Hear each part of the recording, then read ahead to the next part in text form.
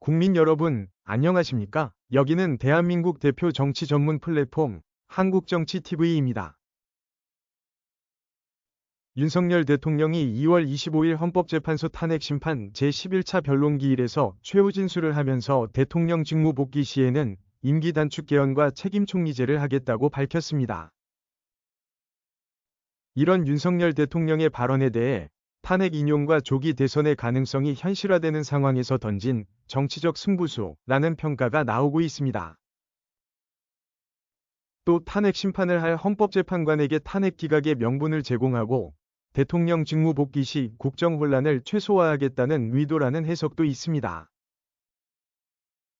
국내 언론 매체들이 보도한 내용을 종합하면 윤석열 대통령은 이날 최후 변론에서 자녀 임기에 연연해하지 않고 개헌과 정치개혁을 마지막 사명으로 생각할 것이라고 밝혔습니다.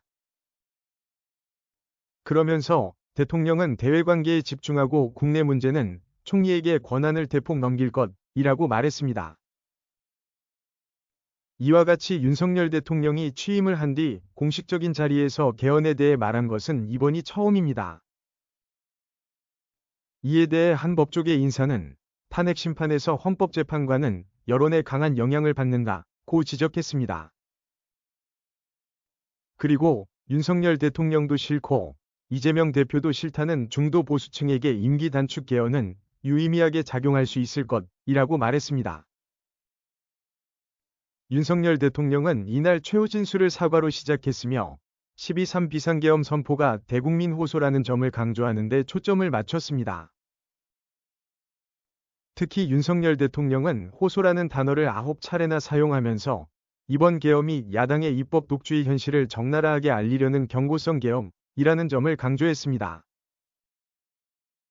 또 윤석열 대통령은 탄핵과 관련한 법적 쟁점이 되고 있는 국회의원 체포 지시 등에 대해서는 정말 터무니없는 주장이라면서 하나하나 반박했습니다. 그러면서 대통령의 2시간 반 비상계엄과 야당의 2년 반 줄탄핵 가운데 어느 쪽이 상대의 권능을 침해한 것인가 라면서 계엄에 비해 야당의 폭주가 더 심각했다는 점을 강조하는 데 힘을 쏟았습니다.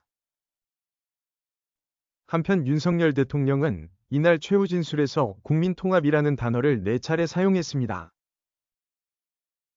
참고로 국민통합이라는 말은 윤석열 대통령이 12월 3일 계엄 선포를 한 뒤 5차례 행한 대국민 담화에서 한 번도 사용하지 않았던 단어입니다. 또 윤석열 대통령은 비상계엄과 관련해 혼란과 불편을 끼쳐드린 점에 대해 죄송스럽게 생각한다고 말했습니다.